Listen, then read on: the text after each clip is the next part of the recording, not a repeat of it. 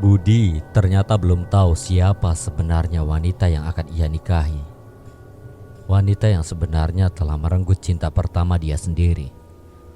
Wanita yang tidak boleh Yusuf temui selama sisa hidupnya. Dan wanita yang telah merenggut kakek dan ayahnya. Dia adalah Andini.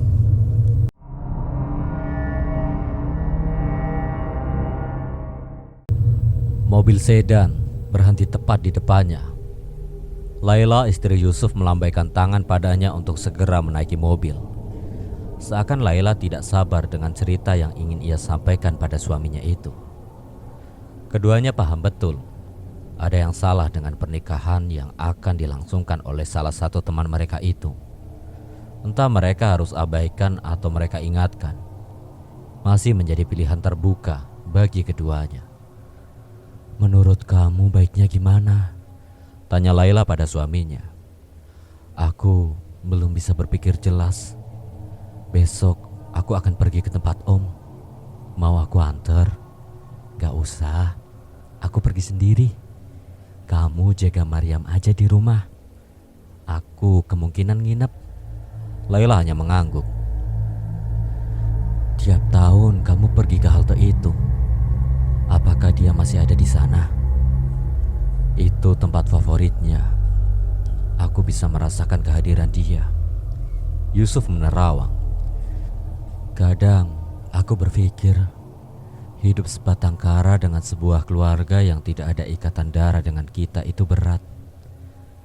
Meskipun mereka baik, tetap saja rasanya beda. Buktinya saat ini Aini hilang.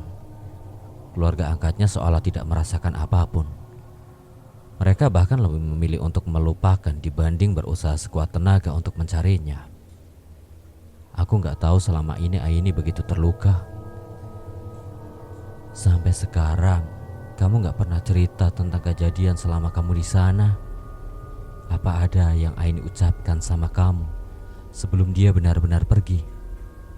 Yusuf hanya tersenyum seraya berkata, "Biarlah itu menjadi rahasia kami.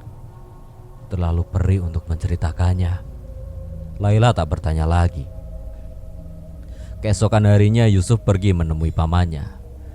Mobil sedan itu menemani perjalanannya yang cukup panjang. 3 jam perjalanan.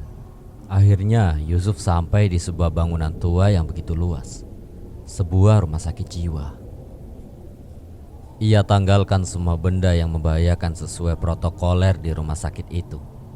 Hanya ia dan makanan kecil kesukaan pamannya. Kunjungan rutin yang ia lakukan membuat hampir semua perawat di sana mengenalnya. Sudah lebih dari 6 tahun pamannya itu dirawat. Dan setiap bulan pula ia kunjungi bersama dengan ibunya. Ini adalah kunjungan yang kedua di bulan ini. "Tumben Mas Yusuf datang lagi?" Suster Rina menyapa Yusuf di saat ia masuk melewati lorong. "Iya suster, sudah kangen." Yusuf tersenyum seraya berjalan pergi. Yusuf berjalan cepat. Akhirnya ia sampai di kamar paling ujung lorong itu. Kamar yang begitu gelap meski di siang hari. Kamar nomor 11. Ia lihat baik-baik papan nama yang ada di samping pintu itu. Kamar nomor 11, Johan Andrian. Ia berjalan masuk.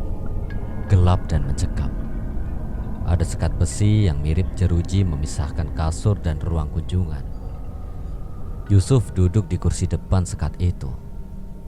Ia lihat pamannya yang meringkuk menghadap tembok, seolah tak peduli pada siapapun yang datang.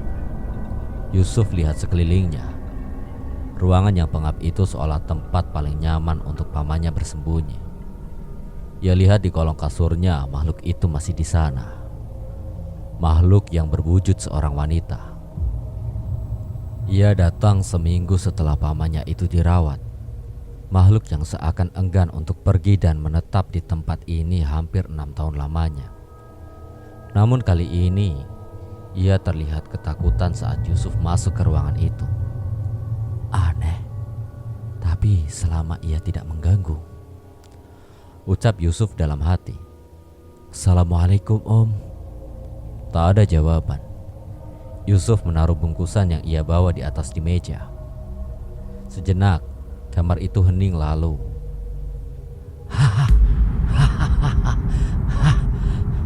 Suara tawa menggelegar memenuhi isi ruangan. Pamannya itu beranjak dari kasurnya. Ia berjalan dan berdiri menghadap Yusuf.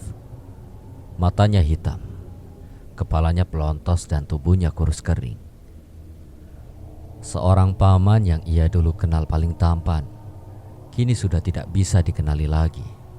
Ia tertawa seraya berkata, "Dia datang." Yusuf tersenyum kecut. Sepertinya dia mencariku. Kalian semua harus membiarkan aku mati, supaya tak ada lagi korban setelahnya. Aki, bapak, dan sekarang om juga harus menderita karena aku, ucap Yusuf. Johan terdiam. Dia melihat wajah ponakannya itu dengan seksama. Kamu mirip kakekmu. Keras kepala, ucapnya. Apa yang harus aku lakukan, om? Kalau aku tidak pergi menemuinya, akan banyak korban lagi. Yusuf tertunduk lesu. Terus menghindar. Asal bukan kamu yang mati, biar saja. Kalau kamu ikut mati, perjuangan bapakku dan bapakmu akan sia-sia, bentaknya. Kalau aku terus menghindar, berapa banyak nyawa yang harus hilang? Yang penting bukan kamu. Yusuf sudah tahu jawaban apa yang akan diberikan oleh pamannya itu. Namun ia tetap berharap semoga untuk kali ini pamannya akan memberikan jawaban yang berbeda. 12 tahun yang lalu, saat bapakku menceritakan padamu bagaimana kamu ditemukan, ia berbohong. Sejatinya perjanjian itu berjalan secara sepihak. Andini tidak pernah menawarkan apapun pada bapak. Ainilah yang mengatakan untuk jangan muncul di hadapan kakaknya. Dan Aini pula lah yang memberitahukan di mana kamu berada. Yusuf terdiam, seolah sudah tahu semuanya. Saat itu Aki tidak berbohong. Dia memang tidak tahu. Aini yang menolongku dan Aini juga yang mengirimkan pesan itu kepada Aki. Namun Aki melihat pesan itu datang dari Andini. Sampai akhirnya Aki menyadari kekeliruan itu saat Andini datang kembali ke rumah kami dan mencariku. Johan tertegun seolah perlahan memori itu kembali. Kamu satu-satunya saksi hidup dari kejadian itu. Bapak dan Aki Toha yang berada di tempat yang sama denganmu, semuanya mati. Bahkan bapakmu sendiri harus menjadi korban. Johan sesekali melirik ponakannya itu dengan tatapan iba. Tapi kamu harus tahu, kematianmu tidak akan menjadi jaminan dia akan berhenti. Dia iblis. Tipu daya adalah keahliannya. Kematian siapapun nantinya, itu bukanlah kesalahanmu. Itu memang takdir mereka yang kebetulan harus melalui hal semacam itu. Aku harus tetap datang. Dasar bodoh, kau itu anak lemah. Menghadapinya sama saja bunuh diri. Lihat apa yang dia lakukan padaku. Aku berteriak mengungkap kebenaran di meja hijau. Tapi mereka malah mengirimku ke sini. Nasibmu masih lebih bagus dari si bodoh Aris yang memilih mengakhiri hidupnya di tahanan. Teriak Johan dibarengi air mata yang membasahi pipinya. Yusuf seolah tak menggubris hal itu. Aku harus mengakhirinya. Yusuf pamit meninggalkan pamannya yang masih berdiri di balik sekat besi.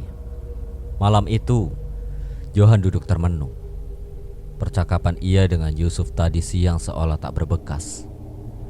Hidup bertahun-tahun dengan diperlakukan layaknya orang sakit mental membuat ia menjadi benar-benar hampir gila. Terkadang, Johan tak mampu membedakan antara khayalan dan kenyataan. Sampai tiba-tiba sosok itu kembali datang. Seorang sahabat yang sengaja menjenguknya. Ia duduk di sebelah kasur Johan dan menatapnya dengan akrab. Kulitnya hitam legam dan dipenuhi luka bakar. Kau datang. datang, Riz." Johan terbangun dan duduk di atas kasur. Ia tersenyum. Matanya yang hitam pekat membalas senyuman Johan. "Tadi aku mimpi Yusuf datang ke sini," ucap Johan dengan penuh semangat. Sosok itu tak membalas. Dia bilang Andini kembali. "Kau ingat iblis sialan itu? Dia kembali." Johan tertawa dengan penuh kengerian, membuat suasana semakin mencekam. Sosok itu berdiri dan memberikan seutas tali pada Johan. "Sekarang giliranmu, mati atau tersiksa." Sosok itu pergi menembus pintu besi meninggalkan Johan yang duduk tak berkutik. Sesampainya di rumah, Yusuf ceritakan semua yang ia bicarakan dengan pamannya itu. Sejenak Laila terdiam. "Aku setuju dengan Om Johan," ucap Laila. "Lebih baik menghindar daripada harus berurusan lagi dengan dia." Yusuf tak membantah. Ia sudah terlalu lelah. Alasan ia bercerita pada istrinya itu karena ia tak mau menyembunyikan apapun darinya dan membuat Laila semakin khawatir. Tepat pukul 4 pagi, ponsel Yusuf berbunyi nyaring. Ia biarkan namun masih tetap berderi. "Siapa subuh-subuh gini nelpon?" gumamnya kesal. Ia lihat Laila ikut terbangun. "Siapa?"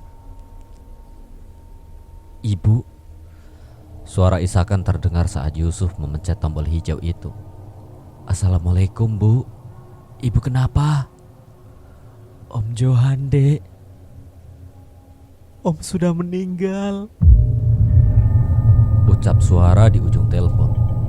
"Innalillahi wa inna ilaihi rajiun. Yusuf sekarang ke rumah, Bu. Nanti kita ke sana bareng-bareng." Tanpa berlama-lama selepas sholat subuh, Yusuf dan keluarga bergegas menuju rumah ibu untuk selanjutnya menuju rumah sakit. "Bagaimana ceritanya, Bu?" Yusuf bertanya sesaat setelah ibunya naik ke mobil. "Tadi subuh ibu dapat telepon kalau Om Johan meninggal gantung diri." Ibu masih menangis.